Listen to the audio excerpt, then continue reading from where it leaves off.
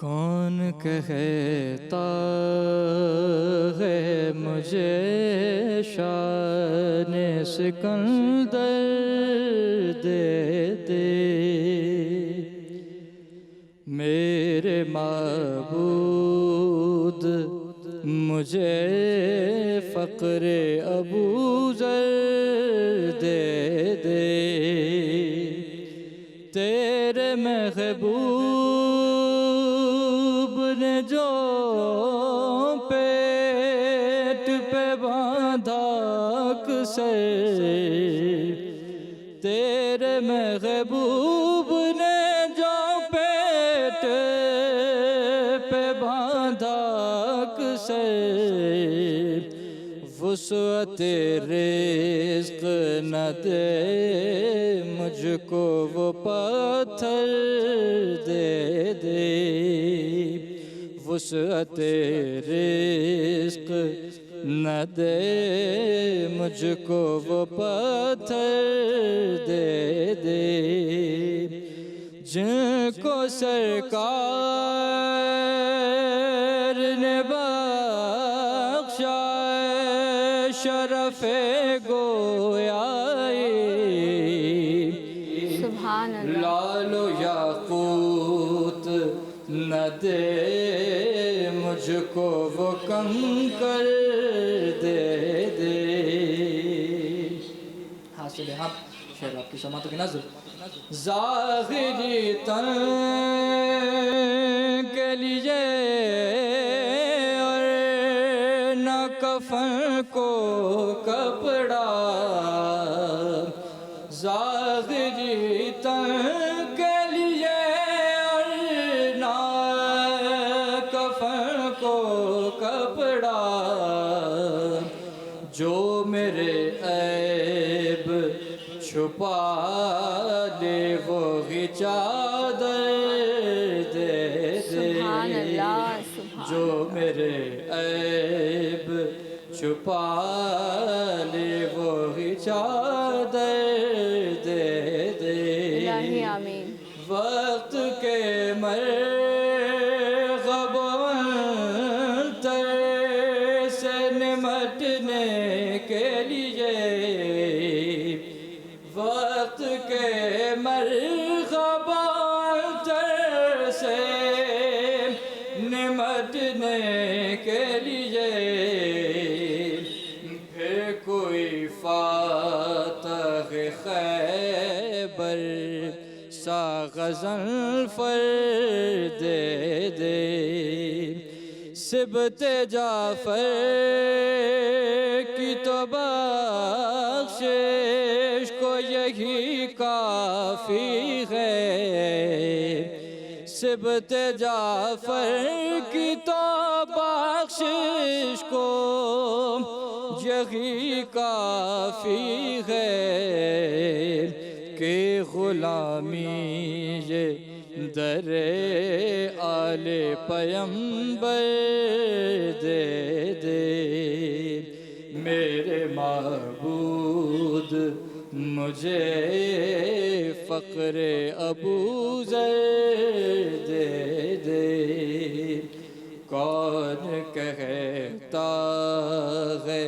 مجھے شان سکندر دے دے۔ سبحان اللہ، سبحان اللہ۔ بسم اللہ الرحمن الرحیم۔ تمام تعریفیں، حمد و ثنا، سب مدحتیں اس بزرگ و برتر کے نام جس کے قبضہ قدرت میں تمام جہانوں کے نظام۔ درود و سلام حضرت محمد مصطفیٰ صلی اللہ علیہ وآلہ وسلم، ان کی آل اور ان کے اصحاب پر۔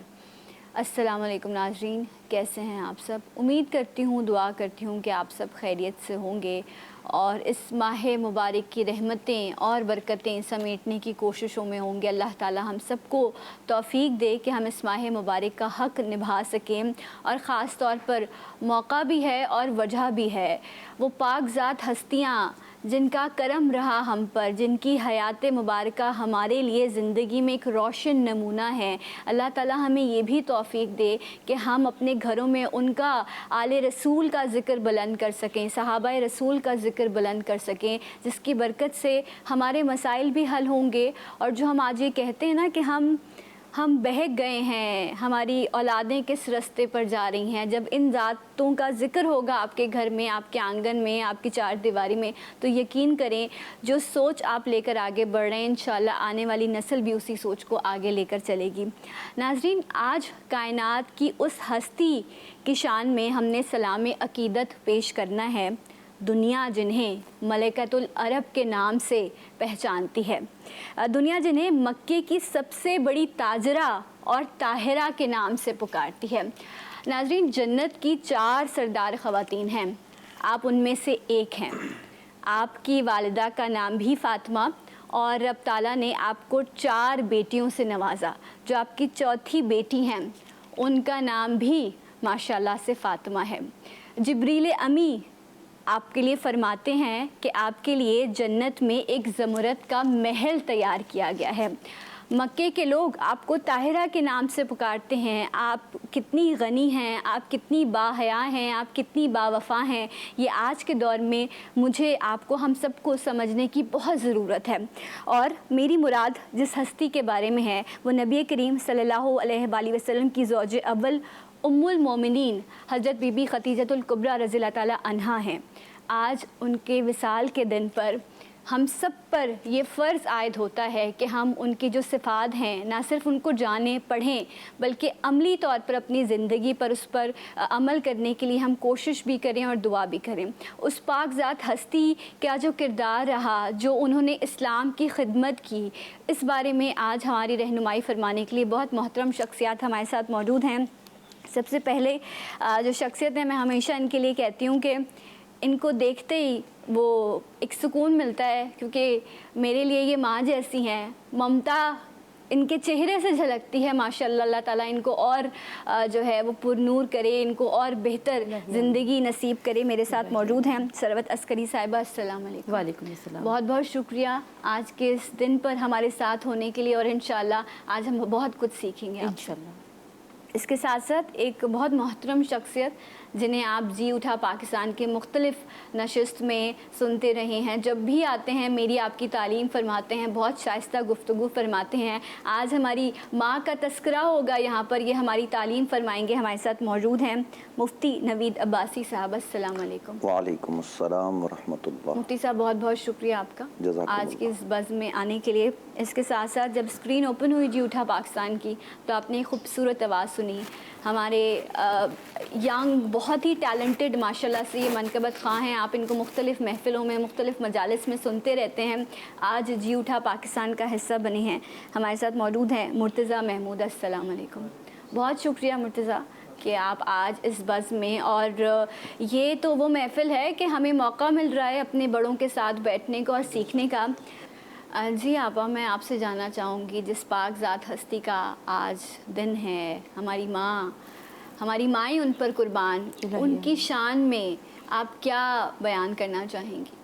بسم اللہ الرحمن الرحیم، السلام علیکم۔ ثنا، آپ کے پروگرام کے توسط سے آپ کو، آپ کی پوری ٹیم کو، تمام عالم اسلام کو خود اللہ کے رسول صلی اللہ علیہ وآلہ وسلم کی بارگاہ میں تعزیت اور تسلیت پیش کرنا چاہتی ہوں، اس لیے کہ ام المومنین ملکۃ العرب جناب خدیجۃ الکبریٰ سلام اللہ علیہا کا آج یوم رحلت ہے، اور اس عظیم موقع پر میں اس سے بڑھ کر اور کیا عرض کروں، میں اپنے ہی ایک کلام کے چند اشعار آپ کے ٹرانسمیشن کے توسط سے پیش کرنا چاہتی ہوں کہ اسلام پہ احسان ہے احسان خدیجہ، اسلام پہ احسان ہے احسان خدیجہ، اور اسلام کے ماتھے کا ہے عنوان خدیجہ۔ سبحان اللہ۔ خاتون جناح بھی تیری گودی میں پلی ہے، خاتون جناح بھی تیری گودی میں پلی ہے، بیٹی تیری تطہیر کی پہچان خدیجہ۔ سبحان اللہ۔ تو ہے امین وہی رسالت معاب بھی، تو ہے امین وہی رسالت معاب بھی، اقرا تیرے حبیب کی پہچان خدیجہ۔ سبحان اللہ۔ تو ملکہ عرب ہے لقب تیرا طاہرہ،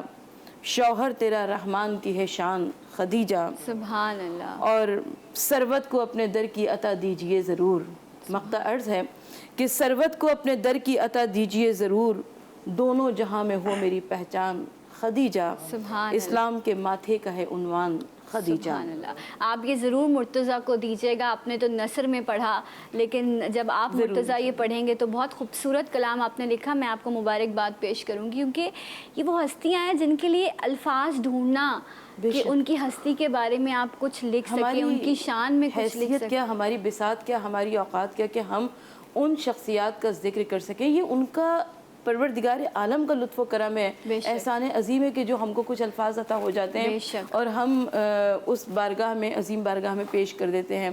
ام المومنین ملکۃ العرب خدیجۃ الکبریٰ کے حوالے سے میں اس سے بڑھ کر اور کیا کہوں کہ آقا صلی اللہ علیہ وآلہ وسلم نے ارشاد فرمایا، کہا کہ خدیجہ نے اس وقت میری تصدیق کی جس وقت کہ سب میری تکذیب کر رہے تھے، خدیجہ نے اس وقت اپنے مال سے میری مدد کی جس وقت کہ کوئی میرا ناصر و مددگار نہیں تھا، خدیجہ کے ذریعے اللہ نے مجھے اس وقت صاحب اولاد کیا جس وقت کہ مکے کی سرزمین پر مجھے لوگ ابتر کے تانے دے رہے تھے۔ یعنی حضور نبی کریم صلی اللہ علیہ وآلہ وسلم کی حیات زندگانی میں آقا صلی اللہ علیہ وآلہ وسلم کی زندگی میں آنے والی پہلی ام المومنین ملکۃ العرب حضرت خدیجۃ الکبریٰ سلام اللہ علیہا ہے۔ جناب خدیجۃ الکبریٰ کی میں عظمت کے لیے اس سے بڑھ کر اور کیا کہوں کہ عرب کے معاشرے میں جہاں پر حلال کا نام لینا بھی حرام تصور کیا جاتا تھا، وہاں پر ایک شخصیت ایسی تھی جہاں پر بیٹی کو پیدا ہوتے ہی زندہ دفن کر دیا جاتا تھا، وہاں پر ایک عورت اتنی عزت و توقیر کی مالک تھی کہ ان کا لقب طاہرہ تھا۔ سبحان اللہ۔ اور جب طاہرہ کا لقب حاصل کیا ام المومنین ملکۃ العرب خدیجۃ الکبریٰ نے تو معلوم یہ ہوا کہ ان کی جو تجارت تھی اس کے مقاصد بھی اعلیٰ و عرفہ تھے۔ خدیجہ کی خود اپنی نظر دیانت دار لوگوں پر پڑا کرتی تھی، صاحب امانت دار لوگوں پر پڑا کرتی تھی، اور ان کی تجارت کے اصول بھی بڑے صاف اور واضح تھے۔ سبحان اللہ۔ اچھا، اب ملکۃ العرب خدیجۃ الکبریٰ کیونکہ طاہرہ بھی تھی اور ملکۃ العرب بڑی دولت تھی ان کے پاس، یعنی آپ کے جب تجارتی قافلے نکلا کرتے تھے عرب سے تو وہ شام اور حجاز اور یمن تک جایا کرتے تھے، اور تاریخ میں میں نے یہاں تک پڑھا ہے کہ 80,000 اونٹ ملکۃ العرب خدیجۃ الکبریٰ کی ملکیت میں تھے۔ یہ تجارتی اونٹ تھے، کمرشل بنیادوں پر یہ استعمال ہوا کرتے تھے۔ اور اس کی مثال ہم یوں لے سکتے ہیں کہ آج کل کے دور میں ہم کسی کی عمارت کا اندازہ لگانا چاہتے ہیں، ہم کہتے ہیں اس کے گھر میں 1 گاڑی ہے، 2 گاڑیاں ہیں، 3 گاڑیاں ہیں، اور جیسے جیسے ان کے ماڈلز کے متعلق بات ہوتی جاتی ہے تو ہمیں ان کی قیمتوں کا اندازہ ہوتا جاتا ہے۔ تو یہ ملکۃ العرب خدیجۃ الکبریٰ کی دولت تھی۔ جب یہ تجارتی قافلے جاتے تھے تب بھی اہل مکہ حیرانگی سے یہ منظر دیکھا کرتے تھے، اور جب یہ تجارتی قافلے مال منافع سے کے ساتھ واپس آیا کرتے تھے تو اہل مکہ کی نگاہیں خیرہ ہو جایا کرتی تھیں۔ اچھا، یہ جو ایک کانسیپٹ اس دور میں آج سے اتنے سالوں پہلے آیا کہ ایک عورت تجارت کر رہی ہے اور وہ بھی دور جاہلیت میں، وہ کیا سسٹم تھا، کس طریقے سے یہ سب چیزیں کی، میں چاہوں گی پروگرام میں ہم آگے بڑھیں تو اس پر ضرور ہم تذکرہ کریں۔ اب میں اس وقت مفتی صاحب کی طرف آنا چاہوں گی۔ مفتی صاحب، جس پاک ذات ہستی کا ذکر ہو رہا ہے ان کی شان میں آپ کیا کہنا چاہیں گے؟ بسم اللہ الرحمن الرحیم، نحمد و نصلی علی رسول الکریم، اما بعد، اعوذ باللہ من الشیطان الرجیم۔ قرآن مجید فرقان حمید نے یہ بات ارشاد فرمائی، النبی اولا بالمؤمنین من انفسہم وازواجہ امہاتہم، کہ نبی صلی اللہ علیہ وآلہ وسلم مومنوں کی جانوں سے زیادہ قریب ہیں، اور نبی علیہ السلام کی ازواج مومنوں کی مائیں ہیں۔ اور دوسرے مقام پر ارشاد ربانی ہے، یا نساء نبی لستن کا احد من النساء، اے نبی کی ازواج تم اور عورتوں کی طرح نہیں ہو۔ آج جس عظیم خاتون کا تذکرہ ہو رہا ہے وہ ملکۃ العرب جیسے ذکر ہوا، سیدہ طیبہ طاہرہ حضرت خدیجۃ الکبریٰ سلام اللہ علیہا کثیراً کثیرہ۔ حضرت خدیجہ کے حوالے سے میں اختصاراً 2-3 باتیں آپ کے گوش گزار کروں گا۔ ناظرین یہ بات ذہن میں رکھیں کہ سیدہ خدیجۃ الکبریٰ واقعتاً بڑی مالدار تھی، اور جو قافلے مکہ سے اور عرب سے شام کی طرف جاتے ان میں آدھے سے زائد مال حضرت خدیجۃ الکبریٰ کا ہوا کرتا۔ آپ سلام اللہ علیہ کثیراً کثیرہ جب نبی رحمت صلی اللہ علیہ وآلہ وسلم کے عقد میں آئی تو جناب سیدنا حضرت ابو طالب نے خطبہ نکاح پڑھا، اور نبی علیہ السلام کے عقد میں آنے کے بعد جس طرح انہوں نے نبی علیہ السلام کو سہولت پہنچائی، یہ تاریخ کا ایک ایسا باب ہے جو ناقابل فراموش ہے۔ کہ نبی علیہ السلام وہ جو خطبہ نکاح جناب سیدنا حضرت ابو طالب نے پڑھا، اس پر اگر آپ غور کریں تو اس میں حضرت ابو طالب کیا فرماتے ہیں؟ وہ یہ کہتے ہیں کہ تمام تعریفیں اللہ کے لیے، اور پھر وہ یہ کہتے ہیں کہ یہ جو میرا بھتیجا محمد ہے، ظاہری دنیاوی مال اس کے پاس نہیں ہے، یہ دنیاوی مال تو ختم ہونے والی چیز ہے، لیکن اس کے پاس شرافت، دیانت، امانت، صداقت، یہ وہ چیزیں ہیں جو ہمیشہ قائم و دائم رہنے والی ہیں۔ یہ وہی جناب ابو طالب ہیں جو کبھی نبی علیہ السلام کو سین حرم میں کھڑا کر کے یوں کہتے ہیں جب بارش کی دعا کرتے ہیں، اور پھر کہتے ہیں وَأَبْيَضُ يُسْتَسْقَى الْغَمَامُ بِوَجْهِهِ سِمَالُ الْيَتَامَى عِصْمَةٌ لِلْأَرَامِلِ۔ تو وہ ابو طالب خطبہ نکاح کے موقع پر یہ بات کرتے ہیں۔ تو پھر سیدہ خدیجہ کے مال سے نبی علیہ السلام کی مدد ہوتی ہے۔ یہ بات ذہن میں رہے کہ انبیاء معصوم عن الخطا ہیں، نبی پیدا ہوتے بھی نبی ہوتا ہے، نبی پیدا ہونے سے پہلے عالم ارواح میں بھی نبی ہوتا ہے، اور نبی اعلان نبوت کے وقت بھی نبی ہوتا ہے۔ یہ بالقوہ بالفعل کی کوئی چیزیں نہیں ہوتی، نبی ہر وقت نبی ہوتا ہے۔ جب سے اللہ نے نظام کائنات بنایا، نبوت کا تاج نبی علیہ السلام کے سر سجایا، لیکن ظاہری اسباب ہوتے ہیں، اور ان میں نبی علیہ السلام کی مدد کرنے والے دو بڑے لوگ، ان میں ایک سیدہ خدیجہ الکبریٰ ہیں اور دوسرے جناب حضرت ابو طالب ہیں۔ اس زمانے میں کہ جب نبی علیہ السلام کو کسی کے سرپرستی کی ضرورت تھی تو ابو طالب نے سرپرستی کی، جب کسی کے مال کی ضرورت تھی تو جناب سیدہ خدیجہ الکبریٰ نے اپنا مال دیا۔ میں صرف یہ بات عرض کروں گا کہ آپ اندازہ لگائیے کہ جس وقت نبی رحمت صلی اللہ علیہ وآلہ وسلم کا سوشل بائیکاٹ کیا گیا، کرونا وائرس ہے نا، اس وقت ہم اپنے گھروں میں، ابھی پروگرام شروع ہونے سے پہلے آپ بھی بات کر رہی تھی، محترمہ بھی ارشاد فرما رہی تھی کہ لاک ڈاؤن کئی ممالک میں سخت ہے، لیکن لوگ پھر بھی باہر نکلتے ہیں اور بھاری بھرکم جرمانے بھی ان کو دینے پڑتے ہیں، لیکن وہ پھر بھی باہر نکلنے کو بےتاب ہوتے ہیں۔ ہم اپنے ملک میں گھر میں نہیں رہ پاتے، حالانکہ گھر میں تمام تر سہولیات موجود ہیں۔ آپ اندازہ لگائیے کہ جب نبی علیہ السلام کا سوشل بائیکاٹ ہوا مکہ مکرمہ میں، تو شیب ابی طالب میں نبی علیہ السلام بنو ہاشم کے ساتھ چلے گئے۔ خدیجہ الکبریٰ کی عظمت، شان کا اندازہ اس سے لگائیے، وہ سوشل بائیکاٹ جناب خدیجہ کا نہیں تھا، وہ تو بنو ہاشم کا تھا۔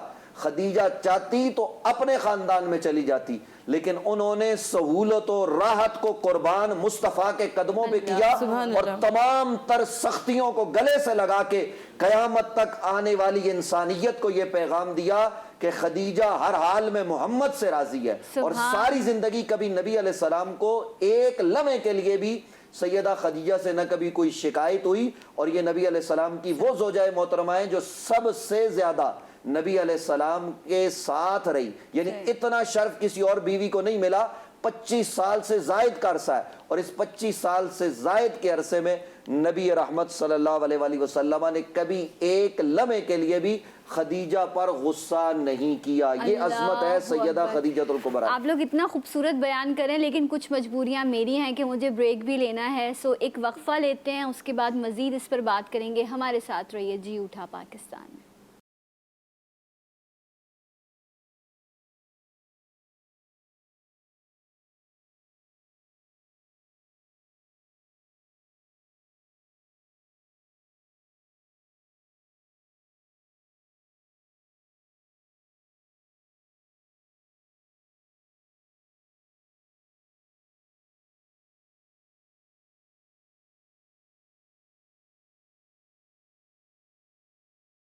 جی ناظرین، ملکۃ العرب حضرت بی بی خدیجہ الکبریٰ رضی اللہ تعالیٰ عنہا کا آج یوم وصال ہے۔ انہی کی شخصیت کی روشنی میں ہم رہنمائی لے سکتے ہیں، اپنی زندگیوں کو بہتر بنا سکتے ہیں۔ علماء کرام ہمارے ساتھ موجود ہیں ہماری رہنمائی فرمانے کے لیے۔ آپا، جس طرح بھی مفتی صاحب بھی بیان کر رہے تھے، آپ نے بھی بڑی خوبصورتی سے بیان کیا۔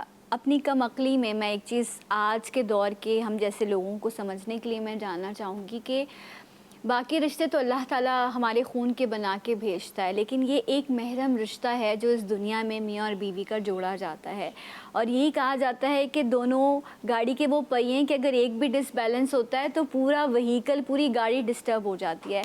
یہاں پر نبی کریم صلی اللہ علیہ وسلم رحمت للعالمین ہے، آپ کو کسی چیز کی کمی نہیں ہے، لیکن ازدواجی زندگی میں ایک پارٹنر دوسرے پارٹنر کو کیسے سپورٹ کرتا ہے، اس کی کتنی ساری خوبصورت مثالیں ہمیں اس رشتے کے تحت ملتی ہیں. پھر چاہے وہ پیسہ ہو، جب آپ غار میں ہوا کرتے تھے تو آپ کھانا لے کے جایا کرتی تھیں، آپ جس طرح ان کی خدمت کیا کرتی تھیں، اور جب تک آپ زندہ رہیں، جب تک آپ کا وصال نہیں ہوا، نبی کریم صلی اللہ علیہ وسلم نے کوئی دوسرا نکاح بھی نہیں کیا تھا جب تک، اور آپ کی اولاد بھی ان کے ذریعے اس طرح ہوئی.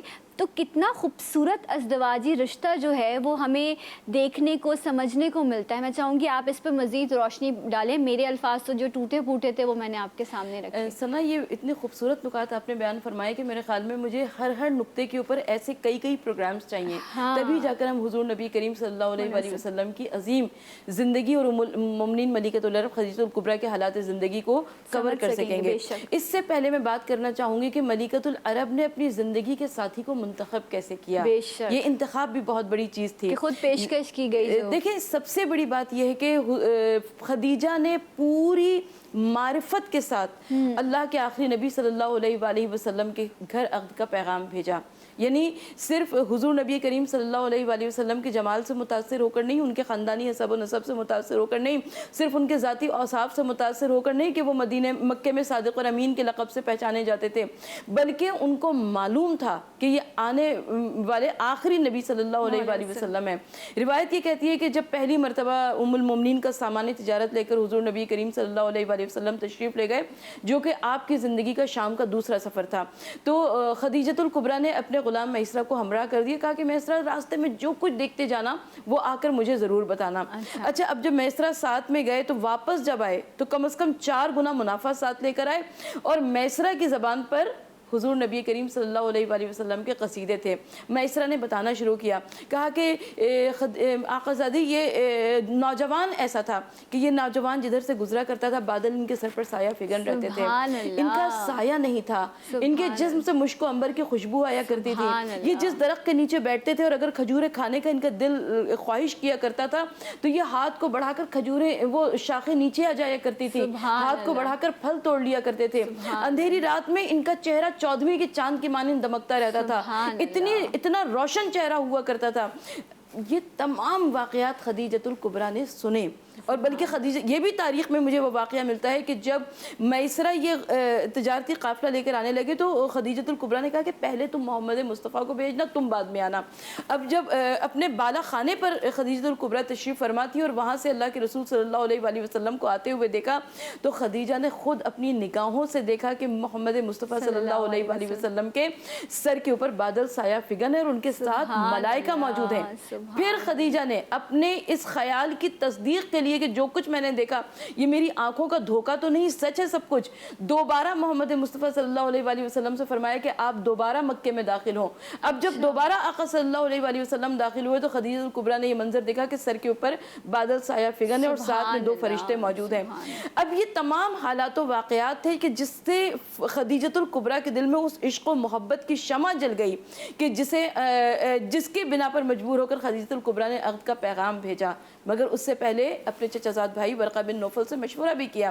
ورقہ بن نوفل جو کہ مذہبی عیسائیت کی جانب تھے اور بڑے دانشمند افراد میں ان کا شمار ہوا کرتا تھا. ورقہ نے کہا کہ ہم نے کتابوں میں پڑھا ہے خدیجہ یہ وہی شخصیت ہے جو انشاءاللہ تعالیٰ آنے والے وقتوں میں خدا کے آخری رسول ہوں گے. اور اس کے بعد نفیسہ کے ذریعے یعنی اپنی سہیلی کے ذریعے عقد کا پیغام بھیجا اور حضرت ابو طالب کسی سفر پر تشریف لے گئے تھے اور اللہ کے نبی صلی اللہ علیہ وآلہ وسلم نے فرمایا کہ چچا حضرت ابو طالب آ جائیں تو ان سے پوچھ کر جواب دوں. اور جب حضرت ابو طالب آئے تو چچا اور بھتیجے کی مرضی ایک ہو گئی. خدیجہ کے گھر عقد کا پیغام بھجوا دیا گیا، جواب بھجوا دیا گیا اور اس کے بعد عقد کی تیاریاں شروع ہو گئیں. سبحان اللہ، بہت خوبصورتی سے آپ نے بیان کیا. یہاں ایک نقطہ جو آج کے وقت کی ضرورت ہے، میں چاہوں گی مفتی صاحب ہماری رہنمائی فرمائیں اس حوالے سے کہ 2-3 اس کی چیزیں ہیں جو میں آپ کے سامنے رکھوں گی، پھر آپ اس کو بیان کیجیے گا. کہ ایک عورت کی طرف سے نکاح کا پیغام بھجوانا یہ بھی ہمارے یہاں بڑا عجیب سمجھا جاتا ہے. پھر دوسرا یہ کہ اپنے لڑکے کی عمر سے بڑی خاتون ہو تو ویسے ہی گھر والے بڑا شور مچا دیتے ہیں کہ تم یہ کیا کر رہے ہو. پھر ایک اور سلسلہ یہ ہے کہ باقی لڑکیاں کیا ختم ہو گئی ہیں جو تم ایک بیوہ سے شادی کرنے جا رہے ہو. اس طرح کی بہت سارے، میں بڑی معذرت چاہتی ہوں لیکن آج ہمیں رہنمائی کی ضرورت ہے. یہ جو چیزیں ہم سب اپنے معاشرے میں کر رہے ہیں تو اس بارے میں بھی بیان کیجیے گا کہ جب ہم اسلامی تاریخ دیکھتے ہیں تو ان سب سوالوں کا بہت ہی سکون دہ جواب ہمیں ملتا ہے، لیکن ہم نے کچھ ایسی رسومات پیدا کر دی ہیں جو ہمیں تکلیف میں ڈالتی ہیں، جس کی وجہ سے نکاح کرنا آج کے دور میں مشکل ہو گیا ہے. بہت اچھی سمت آپ نے اشارہ کیا کہ آج کے دور میں یہ نہ چاہتے ہوئے بھی برائیاں ہمارے معاشرے کا حصہ ہیں اور اس کو خود ہم نے اپنے اوپر طاری کیا ہوا ہے. یہ فضول خرچیاں اور اس طرح کے معاملات، ابھی ہم نے دیکھا کورونا وائرس کے ایام میں کچھ نکاح ہوئے تو بڑی سادگی سے ہوئے، تو یہ عام دنوں میں بھی کیے جا سکتے ہیں. بے شک. ذکر ہوا حضرت سیدہ ام المومنین خدیجۃ الکبریٰ سلام اللہ علیہا کا، تو ایک بات تو میں عرض کروں کہ ان کی عظمت و شان کے لیے یہ بات بہت کافی ہے کہ نبی علیہ السلام نے جب وحی لے کر واپس تشریف لائے تو سب سے پہلے وہی جس نے سنی اس کا نام خدیجہ ہے، اور جس نے سب سے پہلے بال اتفاق، اس میں کوئی دو رائے نہیں ہے، سب سے پہلے جس نے تصدیق کی اور اسلام کو قبول کیا وہ خدیجۃ الکبریٰ ہے. اور نبی علیہ السلام کی اقتداء میں سب سے پہلے جس نے نماز پڑھی وہ خدیجۃ الکبریٰ ہے. نبی رحمت صلی اللہ علیہ وسلم نے جس کے لیے خود قبر کھودی وہ خدیجۃ الکبریٰ ہے. نبی علیہ السلام نے خود جسے قبر میں اتارا وہ خدیجۃ الکبریٰ ہے. تو انہی کی زندگی ہمارے لیے مشعل راہ ہے کہ یہ کوئی عیب کی بات نہیں. اگر اچھا رشتہ آج کے دور میں کوئی اچھا لڑکا میسر آ جائے تو خاتون کی طرف سے پیغام بھیجا جا سکتا ہے، اس کے والد بھیج سکتے ہیں، والدہ بھیج سکتی ہیں. یہ جو ہم نے معاشرے میں ایک مشرقی تہذیب اپنی بنا رکھی ہے یہ درست عمل نہیں ہے، اور اسی طریقے سے پھر ہم مغربی تہذیب کی طرف جاتے ہیں. تہذیب و تمدن کا آغاز اگر ہم دیکھتے ہیں جس دور میں ہوا تو پھر اس کے بعد عروج پر تہذیب اور تمدن آپ کو اس دور میں نظر آئے گا جس دور میں میرے اور آپ کے کریم آقا صلی اللہ علیہ وآلہ وسلم تشریف لائے. تو نبی علیہ السلام کا جب یہ انداز ہے، خود حضور علیہ السلام نے اپنی بیٹی کا رشتہ کس طرح سے جیا، جو ام المومنین سیدہ خدیجۃ الکبریٰ سلام اللہ علیہا کی شہزادی ہیں. اور سیدہ خدیجۃ الکبریٰ کا ذکر تو قیامت تک اور بعد قیامت بھی رہے گا. نبی علیہ السلام نے ان کے وصال کے وقت جب ان کو تکلیف میں دیکھا تو حضور علیہ السلام نے ارشاد فرمایا خدیجہ تمہارا تکلیف میں دیکھنا مجھ سے برداشت نہیں ہوتا. یہ لفظ حضرت خدیجہ کے لیے نبی علیہ السلام نے کہے ہیں. اور حضور انور صلی اللہ علیہ وآلہ وسلم کی جو آج اولاد ہے جن کو ہم سادات کہتے ہیں، ان جمیع سادات کی نانی وہ اصل میں سیدہ خدیجۃ الکبریٰ ہے. حضور کی اولاد خدیجہ کے ذریعے ہے، یعنی حضرت فاطمہ کے ذریعے اور مولا علی کے ذریعے جو نبی علیہ السلام کی اولاد آگے بڑھتی ہے.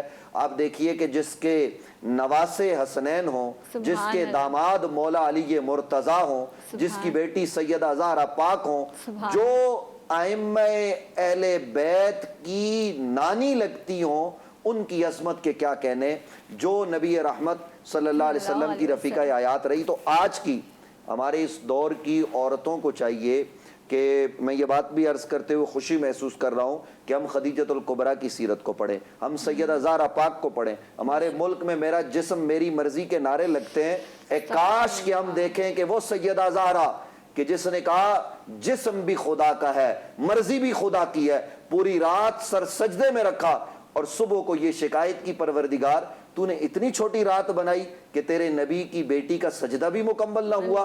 اور جن کے جنازے کو بھی، یعنی جب ان کا جسم اثر لے کے جایا جا رہا تھا تو انہوں نے یہ وصیت کی تھی کہ اس کو بھی کوئی غیر محرم نہ دیکھے. تو یہ چیزیں ہمیں اپنے معاشرے میں اپنانے کی ضرورت ہے. جس پرفتن دور میں ہم جی رہے ہیں اس دور میں مشعل راہ ہے سیدہ خدیجۃ الکبریٰ کی سیرت. اور آج ادھر ادھر کی چیزیں پڑھنے کے بجائے ہم سیدہ پاک کی سیرت کو پڑھیں. میں صرف آدھے منٹ میں بات مکمل کرتا ہوں. لوگ کہتے ہیں آپ یہ پڑھیں یہ پڑھیں، روز قرآن کی تلاوت کریں، روز آپ نبی علیہ السلام کی احادیث پڑھیں، بہت کچھ پڑھیں. لیکن میں امت کی آج کی اس دور کی عورتوں کو ہاتھ جوڑ کے یہ کہوں گا کہ وہ سیدہ خدیجۃ الکبریٰ کی سیرت کو ضرور پڑھیں، وہ سیدہ زہرا پاک کی سیرت کو ضرور پڑھیں، وہ نبی علیہ السلام کی دیگر ازواج کی سیرت کو ضرور پڑھیں.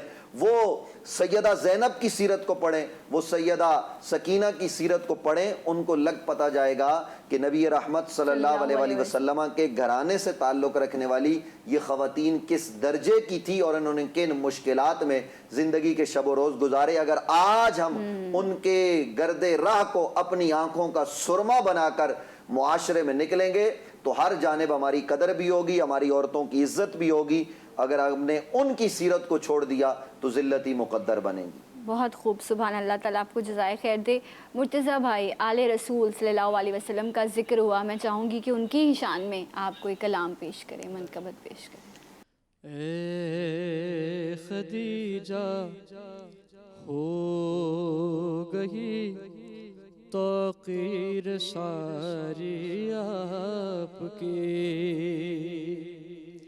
اے خدیجہ ہو گئی توقیر ساری آپ کی، آئی جب گھر میں محمد کے سواری آپ کی، کر دیا دین خدا پر آپ نے سب کچھ نثار،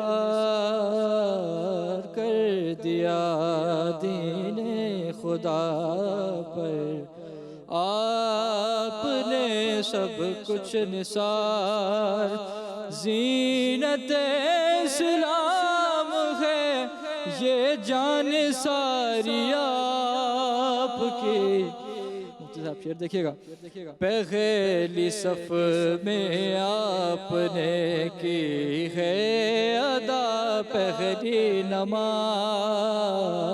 پہلی صف میں آپ نے کی ہے ادا پہلی نماز، اولیت کی سند تات گزاری آپ کی، شعر بطور خاص کہ سلسبیل و کوثر و تسنیم کی مالک ہیں آپ، سلسبیل و کوثر و تسنیم کی مالک ہیں آپ، سود مند اتنی ہوئی سرمایہ کاری آپ کی، سود مند اتنی ہوئی سرمایہ کاری آپ کی، اور آپ نے دی ہے نبی کو نسل سادات کرام، آپ نے دی ہے نبی کو نسل سادات کرام، سورہ کوثر کا مرکز ہے دلاری آپ کی، سورہ کوثر کا مرکز ہے دلاری آپ کی۔ اور یہ آپ کے وفات سے متعلق شعر سماعت کی نظر کہ 4 دن میں آپ کی رحلت ابو طالب کی موت، 4 دن میں آپ کی رحلت ابو طالب کی موت، ہائے شفقت کی اور خدمت گزاری آپ کی، اے خدیجہ ہو گئی توقیر ساری آپ کی۔ سبحان اللہ، سبحان اللہ، ماشاءاللہ، اللہ تعالیٰ آپ کو جزائے خیر دے۔ بہت خوبصورت کلام آج کی دن کی مناسبت سے مرتضیٰ بھائی نے پیش کیا۔ ایک بریک لیں گے، ملیں گے آپ سے بریک کے بعد۔ جی اٹھا پاکستان میں۔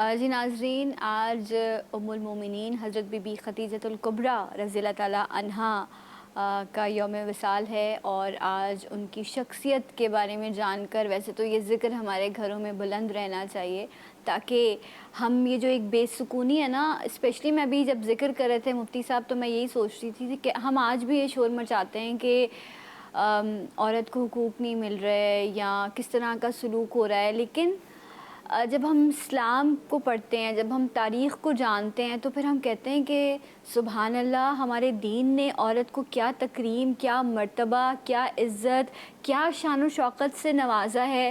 یہ تو ہماری اپنی کم علمی ہے کہ ہم اسے جان ہی نہیں سکے کہ میرے حقوق کیا ہیں یا میرے فرائض کیا ہیں، اور اللہ تعالیٰ نے جو خوبصورت محرم رشتے جو ہمیں عطا کیے ہیں یہ کس طرح ہماری حفاظت کرتے ہیں، ہمیں ان کے ساتھ کیسے برتنا ہے، انہیں ہمارے کن جو ہے وہ حقوق کا خیال رکھنا ہے۔ غلطی اصل میں ہماری ہی ہے کیونکہ ہم نے دین کو پڑھا نہیں، سمجھا نہیں، جس کی وجہ سے یہ جتنے بھی مسائل ہیں ان میں ہم گھرے ہوئے ہیں۔ آپا، بہت ساری چیزیں ہیں جو شاید ڈسکس ہو سکتے ہیں، لیکن آج خاص طور پر یہ جو ایک دنیا میں جس کا بھی ہم ذکر کر رہے تھے کہ یہ جو ایک محرم رشتہ آپ سے جوڑتا ہے، جو آپ ازدواجی تعلق جوڑتے ہیں، خوبصورت ایک نکاح کے جو 3 لفظ ہیں یہ انسان کے دل میں محبت پیدا کر دیتے ہیں۔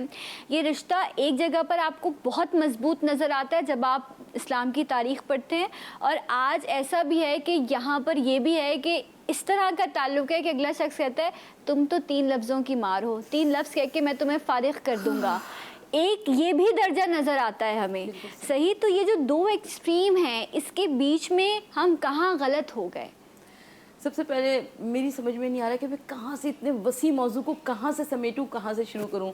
ام المومنین ملکۃ العرب جب بیاہ کر اللہ کے رسول صلی اللہ علیہ وآلہ وسلم کے گھر میں آئیں تو آپ نے شب عروسی اپنی تمام دولت حضور نبی کریم صلی اللہ علیہ وآلہ وسلم کو ہبہ فرما دی۔ آقا نے مانگی نہیں تھی، یہ بات ذہن نشین رکھے گا، اگر مانگی ہوتی تو آنے والا مورخ یہی لکھ دیتا کیونکہ حضور نبی کریم صلی اللہ علیہ وآلہ وسلم کو اسلام کی اشاعت اور بقا کے واسطے دولت کی ضرورت تھی، اس لیے حضور نبی کریم صلی اللہ علیہ وآلہ وسلم نے اتنی امیر و کبیر خاتون سے شادی کی۔ نہیں، ایک مسکراہٹ مصطفیٰ صلی اللہ علیہ وآلہ وسلم کے لیے کہ جبین مصطفیٰ پر کوئی شکن نہ آنے پائے، تمام دولت بے دریغ خرچ کی گئی اس دولت کو، اور اسلام کی بقا کے لیے اس دولت کو استعمال کیا گیا۔ اس نماز، جیسے کہ ابھی مفتی صاحب نے بھی ارشاد فرمایا، حج کا موسم ہے، میں صرف ان بنیادی نکات کو بیان کرنے کی کوشش کر رہی ہوں۔ عباس ابن عبد المطلب کی گواہی ہے کہ موسم حج میں لوگوں نے دیکھا کہ 3 افراد موجود ہیں خانہ کعبہ کی دیوار کے نزدیک اور جو کچھ الگ طریقے سے عبادت کر رہے ہیں۔ لوگوں نے پوچھا عباس ابن عبد المطلب سے، کون لوگ ہیں، یہ کیا کر رہے ہیں؟ کہا کہ ان میں سے ایک میرے بھائی محمد کا بیٹا عبداللہ کا بیٹا محمد ہے، دوسری خویلد کی بیٹی خدیجہ ہے جو کہ اس کی زوجہ ہے، اور تیسرے میرے دوسرے بھائی ابو طالب کا بیٹا علی ہے، اور میرے بھتیجے محمد نے دعوی نبوت کیا ہے، اور یہ تینوں اپنے طریقے سے عبادت کو ادا کر رہے ہیں۔ یعنی اسلام کی جو ہمیں عبادت کی پہلی ٹرائنگل نظر آتی ہے اس میں 3 شخصیات ہیں، ایک محمد مصطفیٰ صلی اللہ علیہ وآلہ وسلم، ایک خدیجۃ الکبریٰ ملکۃ العرب، اور ایک حضرت علی ابن ابی طالب علیہ الصلوۃ والسلام۔ اس کے بعد خدیجہ کی پوری حیات زندگانی ہمارے سامنے ہے، اور آج ہم سب کے واسطے مشعل ہدایت ہے کہ خدیجہ کو اللہ کے رسول صلی اللہ علیہ وآلہ وسلم تا زندگی یاد کرتے رہے۔ خدیجہ کے رشتہ داروں کے تحفے تحائف بھجواتے رہے، قربانی کا گوشت بھجواتے رہے، خدیجہ کی سہیلیاں آتی تھیں تو ان کے ساتھ تعظیم و تکریم کا سلوک کیا کرتے تھے۔ لیکن میں شعبہ ابو طالب کا بھی ضرور ذکر کرنا چاہوں گی کہ یہ وہ رشتہ ہے کہ اس رشتے میں مصائب ہوتے ہیں، اس رشتے میں آسانیاں نہیں ہوتی۔ حضور نبی کریم صلی اللہ علیہ وآلہ وسلم کے گھر میں جب ملکۃ العرب بیاہ کر آئیں تو اس گھر میں تعیشات نہیں تھے، اس گھر میں آسائشات نہیں تھی، اس گھر میں لگژریز نہیں تھی۔ یہ ایک ایسی شخصیت کا گھر تھا کہ جس گھر میں نبوت آئی، جس گھر میں قرآن آیا، جس گھر میں ہدایت آئی، جس گھر میں شریعت آئی، اور حضور نبی کریم صلی اللہ علیہ وآلہ وسلم جو 3 برس شعبہ ابو طالب کے گزرے، اس میں جناب اگر ایک عام مسلمان کے پیٹ پر 1 پتھر بندھا نظر آتا ہے تو حضور نبی کریم صلی اللہ علیہ وآلہ وسلم کی شکم مبارک پر 2 پتھر بندھے نظر آتے ہیں۔ 3 سال کی مسلسل صعوبتوں سے خدیجۃ الکبریٰ نحیف ہو گئی تھی، لاغر ہو گئی تھی، اتنی کمزور ہو گئی تھی، بیمار ہو گئی تھی کہ روایت یہ کہتی ہے کہ جب آخری وقت ملکۃ العرب خدیجۃ الکبریٰ کا آیا تو آپ نے آقا صلی اللہ علیہ وآلہ وسلم کو بلایا۔ خدیجہ کی دولت میں ذکر کر چکی ہوں، آج خدیجہ کہتی ہیں آخری وقت میں، کہتی ہیں کہ یا رسول اللہ صلی اللہ علیہ وآلہ وسلم، میرے پاس 1 چادر ہے، اگر میں اپنے سر کو چھپاتی ہوں تو پیر کھل جاتے ہیں، اگر میں پیروں کو چھپاتی ہوں تو سر کھل جاتا ہے۔ اب خدیجہ کے پاس دولت دنیا میں سے کچھ بھی نہیں رہا، اور اب خدیجہ کا دنیا سے جانے کا وقت آ گیا۔ خدیجہ کی قربانیاں، خدیجہ کے ایثار، خدیجہ کی خدمات کا صلہ، خدیجہ صرف ایک مانگتی ہے کہ آپ اپنی چادر کو خدیجہ کے کفن کے طور پر دیجیے گا۔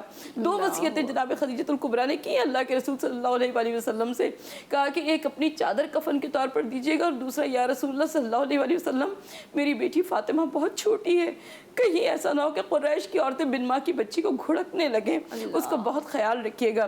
اور اس کے بعد اللہ کے رسول صلی اللہ علیہ وسلم اس چادر کو معمولی نہ جانیے گا جو خدیجہ نے کفن کے طور پر مانگی ہے، یہ ردائے رسالت ہے۔ یا ایھا المزمل کہہ کر قرآن میں اس کی قسم کھائی گئی ہے۔ رسول جب مکے کی گلیوں میں نکلا کرتے تھے، اعلان رسالت کیا کرتے تھے، یہ ردائے رسالت دوش پر ہوا کرتی تھی۔ خدیجہ کا کفن یہ ردائے رسالت قرار پائی، مگر اس سے پہلے کہ خدیجہ کا جنازہ اٹھتا اور جاتا جنت المعلیٰ نامی قبرستان میں، کہ آسمان سے جبرائیل امین آئے، کہا کہ پروردگار عالم خدیجہ کی خدمات کے صلے میں تحفہ درود و سلام بھی بھجواتا ہے اور خدیجہ کو جنت کا کفن بھجواتا ہے۔ یعنی دو کفن لے کر خدیجۃ الکبریٰ جنت المعلیٰ میں پیوند زمین ہو گئیں، ایک رسول کی ردائے رسالت، ایک بہشتی کفن لے کر، اور جاتے جاتے اس اسلام کو دو چیزیں دے گئیں، ایک اپنی دولت جو کہ شجر اسلام میں خون بن کر دوڑ رہی ہے، اور دوسری وہ بیٹی فاطمہ زہرا کہ چلو سلام کریں اس کے آستانے کو، حسین پال کے جس نے دیا زمانے کو۔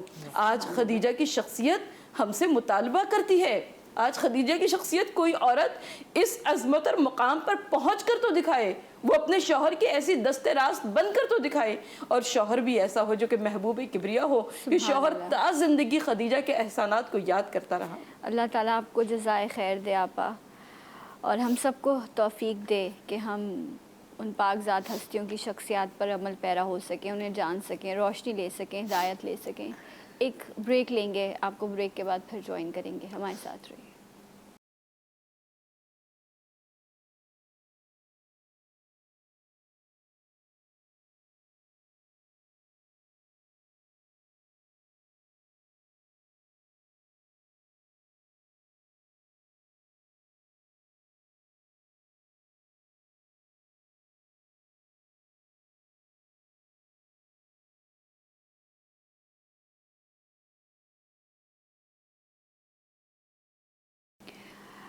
جی ناظرین، ایک بار پھر سے آپ سب کو آج کی اس نشست میں خوش آمدید کہتے ہیں۔ آج ہم ذکر بلند کر رہے ہیں اس پاک ذات ہستی کا جن کی زندگی ہمارے لیے مشعل راہ ہے، مشعل ہدایت ہے۔ ام المومنین حضرت بی بی خدیجہ الکبریٰ رضی اللہ تعالیٰ عنہا کا آج یوم وصال ہے۔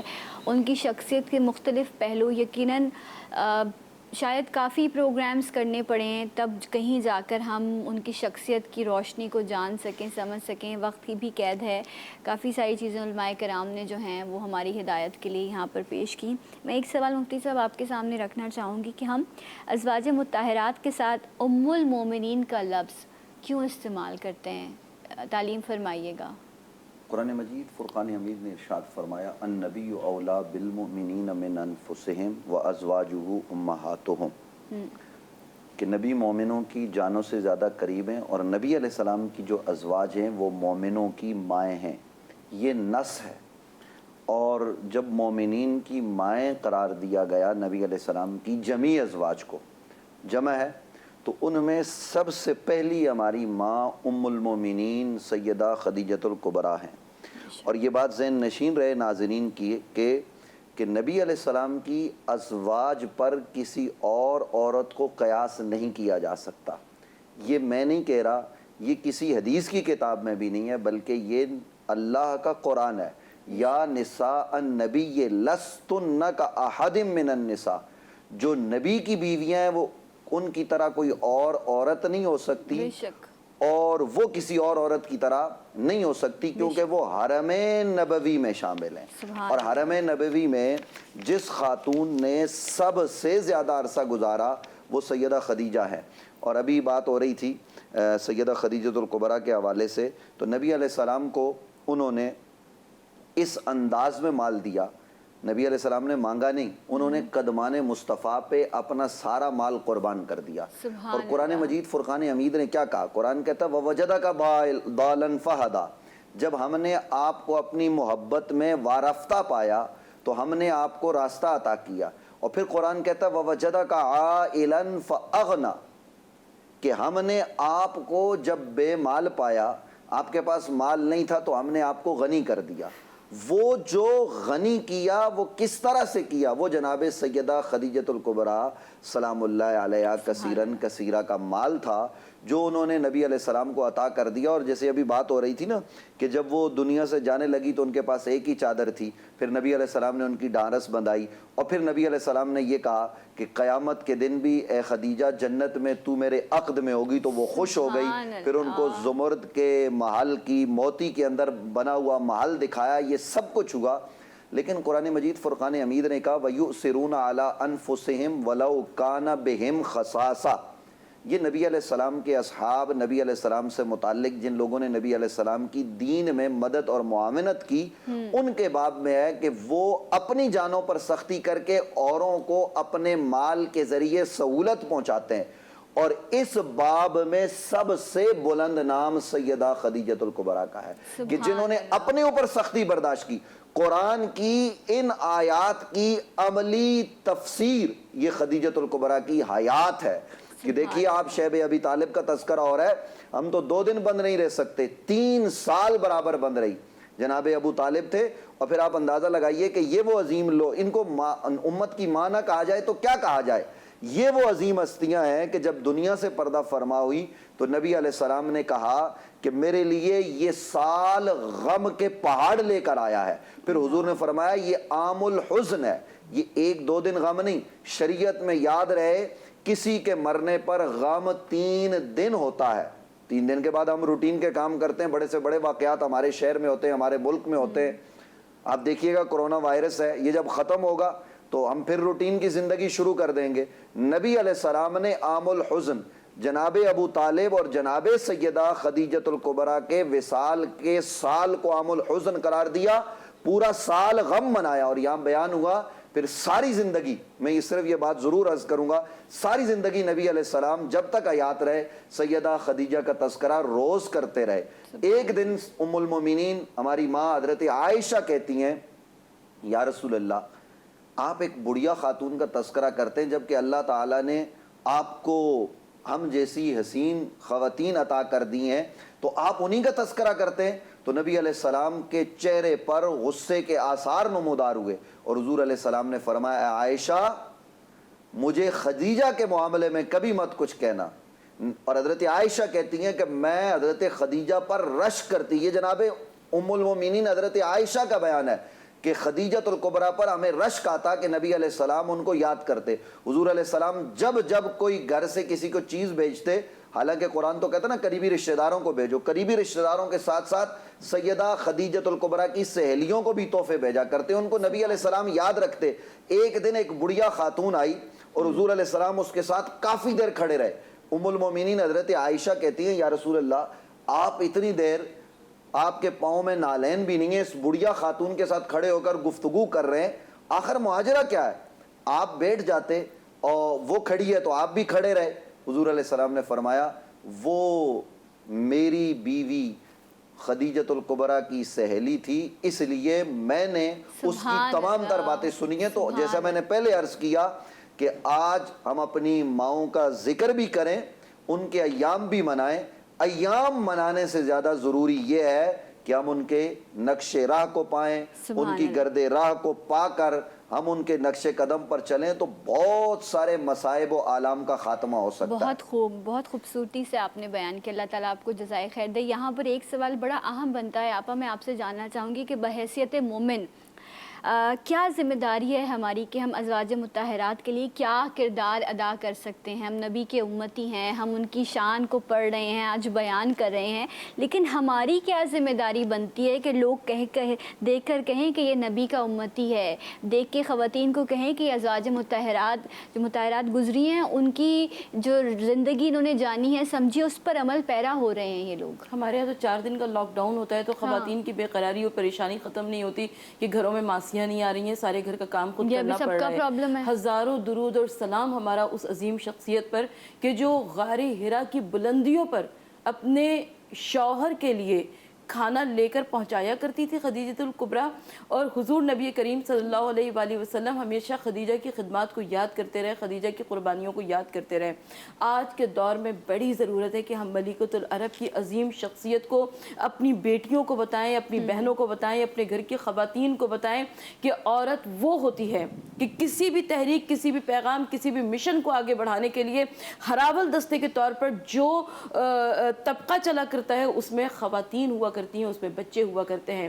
حضور نبی کریم صلی اللہ علیہ وآلہ وسلم کی رسالت تھی, خدا کی وحدانیت کا ساتھ تھا, مگر ساتھ میں خدیجہ کی دولت چل رہی تھی, حضرت علی کی حمایت چل رہی تھی, اور ان تمام نکات فکر نے ایک ایسے عظیم اسلام کا بول بالا کر دیا کہ آج میں اور آپ پوری دنیا میں, یہ آج دنیا گلوبل ولیج کی صورت اختیار کر گئی ہے. آج پوری دنیا میں کہاں پر مذہب اسلام نہیں ہے, کہاں پر اسلام کے نام لیوا نہیں ہے, کہاں پر اسلام کا بول بالا نہیں ہے. آج خدیجہ الکبریٰ کی قربانیوں کو ہم کیوں نہ یاد کریں, خدیجہ کی شخصیت کو ہم کیوں نہ یاد کریں, اس لیے کہ خدیجہ کی وہ عظیم شخصیت تھی کہ اللہ کے رسول صلی اللہ علیہ وآلہ وسلم ساری زندگی خدیجہ کی خدمات کو اور خدیجہ کی قربانیوں کو یاد کرتے رہے. بے شک بے شک. مفتی صاحب آپ سے بھی چاہوں گی کہ تمام دیکھنے والوں کو جو آپ کیا نصیحت کرنا چاہیں گے کہ جب ہم ان پاکزاد ہستیوں کا ذکر کرتے ہیں, ان کی شخصیات کے بارے میں جانتے ہیں, ہم دین اسلام کی تاریخ پڑھتے ہیں, تو بحیثیت مومن ہماری کیا ذمہ داری بنتی ہے کہ ہم اپنی قبلوں کو کیسے درست کریں, ہم اپنی صفیں کیسے درست کریں کہ ہم بگڑے ہوئے ہیں اس وقت. دیکھیے ایک بات تو ذہن میں رہے کہ ہم نے یہ جتنا جو بیان کیا نا, کوئی اس سے یہ اندازہ نہ لگائے کہ نبی علیہ السلام کے دور میں یہ حادثاتی طور پر یہ ہو گیا کہ جناب سیدہ خدیجہ کا مال حضور لے کر گئے تو خدیجہ نے دیکھا تو نکاح کر لیا. یہ کوئی حادثاتی تصورات ذہن میں نہ بنائے, یہ پروردگار نے پہلے سے طے کر رکھا تھا. نبی کے ساتھ کوئی حادثہ پیش نہیں آتا. نبی علیہ السلام کے لیے رشتوں کا انتخاب اللہ نے کیا ہے. نبی نے رشتہ کرنا کہا ہے, وہ اللہ کی مرضی سے ہوا. نبی نے رشتہ دینا کہا ہے, وہ بھی اللہ کی مرضی اور منشا کے مطابق ہوا ہے. تو ایک تو یہ بات ہمارے ذہن میں رہنی چاہیے. اس کے ساتھ ساتھ جس طرف آپ نے کہا کہ آج کے اس پرفتن دور جب مصائب و آلام ہیں اور ہم لاک ڈاؤن کی کیفیت میں گھروں میں بند ہیں, تنگ آ چکے ہیں, تو ذرا اس تنگی کے ایام میں جن کو ہم سمجھ رہے ہیں کہ مشکل ایام ہے, حالانکہ آپ کو ساری چیزیں مل جاتی ہیں کسی نہ کسی طریقے سے گھر پر, ہم دیکھیں کہ وہ جو 3 سال ہیں شیب ابی طالب کے, وہ کس طرح سے گزرے ہیں. کڑا پیرا ہے کہ سیدہ خدیجہ الکبریٰ کا بھتیجا کچھ سامان لے کے آتا ہے تو وہ بھی لے جانے نہیں دیا جاتا, وہ تھوڑا سا ہوتا ہے, اور وہ بھی جب سیدہ پاک کے پاس پہنچتا ہے تو آپ اس کو خود استعمال کرنے کے بجائے باقیوں کو دے دیتی ہیں. وَيُؤْثِرُونَ عَلَىٰ أَنفُسِهِمْ وَلَوْ كَانَ بِهِمْ خَصَاصَةٌ کی عملی تفسیر بن کر. تو اس لیے ہماری یہ گزارش ہے کہ ہم ان کی سختیوں کو بھی یاد رکھیں, ان کی عبادات کو پیش نظر رکھیں کہ کس طرح نبی علیہ السلام کا ساتھ دیا. جیسا کہ ابھی بتایا گیا کہ ہر مشن میں عورت کا کردار بڑا اہم ہوتا ہے. تو مشن اسلام میں جس عورت نے بہت زیادہ کردار ادا کیا وہ ہم سب کی ماں ام المومنین سیدہ طیبہ طاہرہ عابدہ زاہدہ ساجدہ حضرت خدیجہ الکبریٰ سلام اللہ علیہ کثیراً کثیرہ ورضی اللہ تعالی عنہا کی ذات ہے کہ انہوں نے کس خوبصورت انداز میں اسلام کی آبیاری کے لیے مال دیا, اپنا آرام قربان کیا, اور ہر وقت نبی رحمت صلی اللہ علیہ وسلم کا خیال فرمایا. ان ایام میں اعلان نبوت کے بعد بھی جب حضور تشریف لائے, جب وہی آ گئی تو کہا زمبیلونی زمبیلونی, مجھے چادر اڑاؤ. تو چادر اڑا کر ڈھارس بنداتے ہوئے کہ اللہ آپ کے ساتھ ہے, آپ تو غریبوں کی مدد کرتے ہیں, آپ تو غم خاروں کے غم دور کرتے ہیں, آپ تو کسی کو مصیبت میں دیکھ نہیں سکتے, تو آپ پر کوئی مصیبت نہیں آ سکتی, جو کچھ ہے وہ درست ہے. یہ ڈھارس بندانے والی عورت سیدہ خدیجہ ہے. تو آج ایک اہم پیغام میں آپ کے چینل کے توسل سے یہ دینا چاہوں گا کہ گھروں میں مشکل ہو جاتی ہے, اب گھروں میں کھانے کو بھی بہت سارے گھروں میں نہیں ہے. ہمیں یہ بھی پتہ لگا, لوگ فون کرتے ہیں, دیگر چینل پر ہم موجود ہوتے ہیں ماہ رمضان المبارک میں, تو فون آتا ہے کہ جی وہ گھر میں یہ چیز نہیں ہے, یہ چیز نہیں ہے. تو اس وقت اس پریشانی کے عالم میں جب عورتیں مطالبے کر رہی ہیں گھروں میں, ہر جگہ نہیں ہوگا لیکن کہیں کہیں اور ہے, تو وہ ذرا دیکھیں کہ کیا سیدہ خدیجہ نے بھی کبھی کوئی مطالبہ کیا، بلکہ مطالبے سے بڑھ کر سب کچھ قربان کر دیا اور زبان پر حرف شکایت نہیں لایا۔ یہ ہیں سیدہ خدیجہ الکبریٰ سلام اللہ علیہا۔ اور جس طرح بھی مفتی صاحب بیان بھی فرما رہے تھے، یہ وقت ضرورت ہے کہ ہم اپنی لگژریز کو تو ایک طرف رکھیں، بلکہ اپنی ضروریات کو بھی بہت محدود کر کے جو ہمارے ارد گرد لوگ موجود ہیں، جو سفید پوش ہیں، جو کہہ نہیں سکتے، جو ہاتھ نہیں پھیلا سکتے، ہماری ذمہ داری بنتی ہے کہ ہم ان کی مدد کریں، ان کا ساتھ دیں۔ اللہ ہم سب کو توفیق دے۔ ایک بریک لیں گے، ملیں گے آپ سے بریک کے بعد جی اٹھا پاکستان میں۔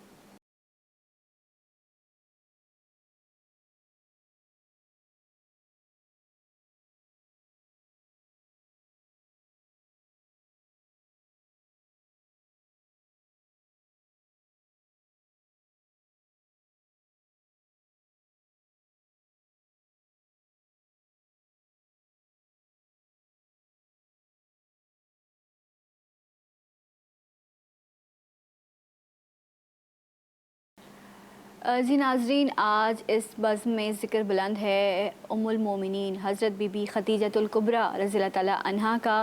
علماء کرام ہمارے ساتھ موجود ہیں، آپا موجود ہیں، ہماری تعلیم میں اضافہ فرما رہے ہیں۔ اس پاکزاد ہستی کا ذکر اور بلند کرنے کے لیے ہمارے ساتھ اس وقت موجود ہیں علامہ امین شہیدی صاحب۔ بہت بہت شکریہ علامہ صاحب اس بزم میں ہماری رہنمائی فرمانے کے لیے۔ میں آپ سے پوچھنا چاہوں گی کہ ام المومنین حضرت بی بی خدیجہ الکبریٰ رضی اللہ تعالیٰ عنہا کی شخصیت کے حوالے سے مختصراً بیان کیجیے گا۔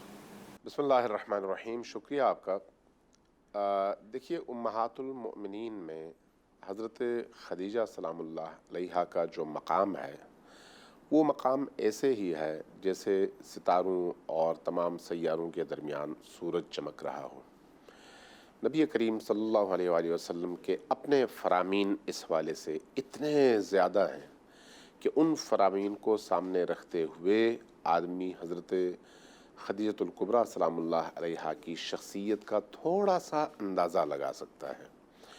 حضرت خدیجہ سلام اللہ علیہا ملیکۃ العرب کہلاتی ہیں۔ پورے عرب سرزمین میں سب سے زیادہ متمول اور دولت مند خاتون اور خاندانی خاتون، شہرے آفاق خاتون۔ لیکن آپ یہ دیکھیے کہ نبی کریم صلی اللہ علیہ وآلہ وسلم سے اپنے نکاح سے پہلے خود نبی کریم کو وہ پرکھتی ہیں، اور بزنس کے حوالے سے شام اپنے مال التجارہ کو بھجوانے کے حوالے سے نبی کریم سے یہ کام لیتی ہیں، اور نبی کریم کو پرکھنے کے بعد پھر شادی کا پیغام نبی کریم کو بھیجتی ہیں۔ اس خاتون سے شادی کے بعد خود نبی کریم کی اپنی زندگی کا ذرا جائزہ لیجئے کہ تقریباً 26 سال حضرت خدیجہ سلام اللہ علیہا نبی کریم کی زوجہ رہیں اور زندہ رہیں۔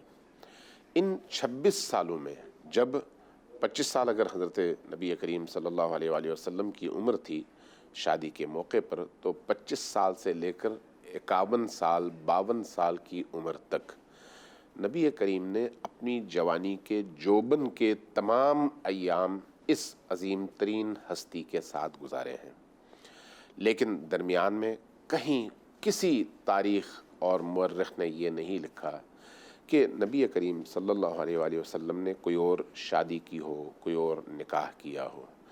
ان 26 سالوں میں آپ کی زندگی میں شریکِ حیات کے طور پر صرف اور صرف حضرت خدیجہ الکبریٰ سلام اللہ علیہا کی ذات ہے، اور حضرت خدیجہ سلام اللہ علیہا کے عشق کا، احترام کا، رویے کا، اخلاق کا یہ عالم ہے کہ نبی کریم صلی اللہ علیہ وآلہ وسلم کی اس توحید کی دعوت اور اس تحریک میں جو رول حضرت خدیجہ کا ہے وہ کائنات میں کسی خاتون کا نہیں ہے۔ اس لیے پہلی وہ نماز جو اللہ کے رسول نے اللہ کی بارگاہ میں ادا کی ہے، اس نماز میں 3 ہی شخصیات کا تذکرہ ملتا ہے، یا حضرت خدیجہ سلام اللہ علیہا ہیں، یا پھر حضرت علی علیہ السلام ہیں۔ یعنی توحید کی ابتدا جس گھرانے سے ہوتی ہے وہاں پر لبیک کہنے والی خاتون بھی سب سے پہلے یہی خاتون ہیں، اور اس کے ساتھ وہ ہستی جس کو ملیکۃ العرب کہا جائے، جس کے اونٹوں کے قافلے چلتے ہوں، مال التجارہ کے قافلے چلتے ہوں، ایک بالکل مختصر سے عرصے میں زندگی کے اس کٹھن اور مشکل مرحلے تک پہنچ جائیں کہ گھر میں کھانا نہ ہو. یہ کیسے ہوا؟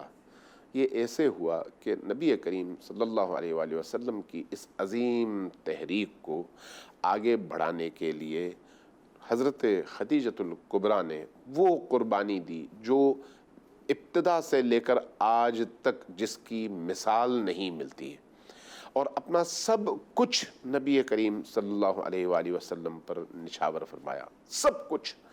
یہی وجہ ہے کہ جب حضرت خدیجہ سلام اللہ علیہا نے نبی کریم سے شادی کی تو حضرت خدیجہ کے ارد گرد مختلف قبائل کی سردار اور بڑی بڑی خواتین نے نبی کریم، جن کو یتیم عبداللہ کہا جاتا تھا، اس ہستی سے شادی کے جرم میں مجموعی طور پر سوشل بائیکاٹ کیا حضرت خدیجۃ الکبریٰ کا.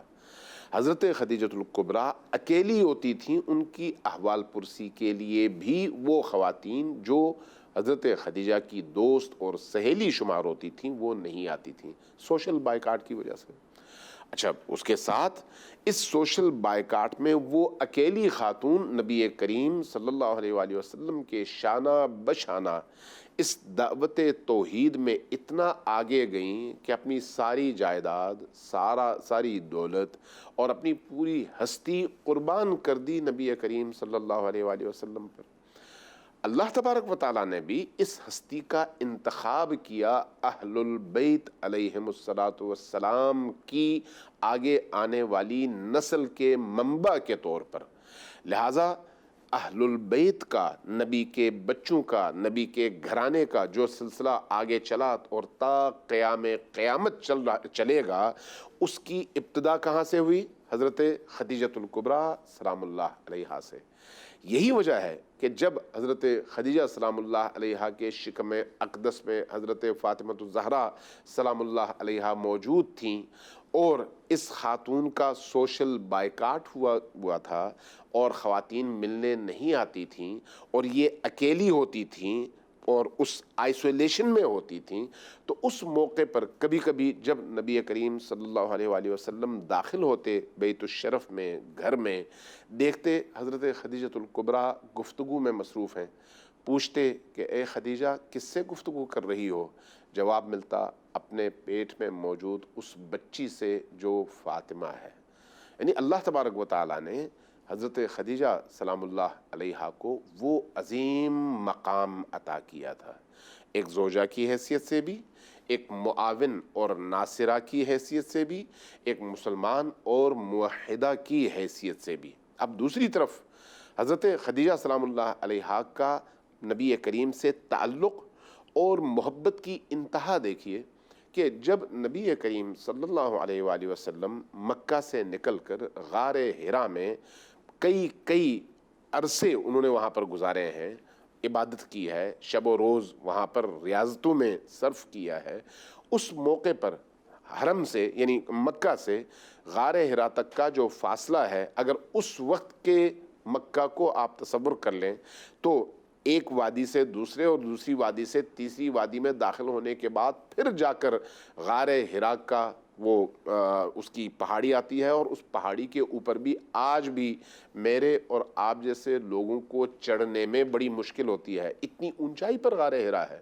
حضرت خدیجہ سلام اللہ علیہا نبی کریم صلی اللہ علیہ وآلہ وسلم کے لیے کھانا لے کر گھر سے نکلتی اور یہ سارا فاصلہ طے کرتی، جاتی اوپر اس پہاڑی میں، پہاڑی کی چوٹی پر غار حرا کے اندر، وہاں جا کر اپنے شوہر کی خدمت کرتی، کھانا کھلاتی اور اس کے بعد برتن سمیٹ کر واپس آتی اور اگلی دفعہ کے لیے پھر کھانا لینے واپس مکہ، اور مکہ میں پھر وہی محنت دوبارہ شروع.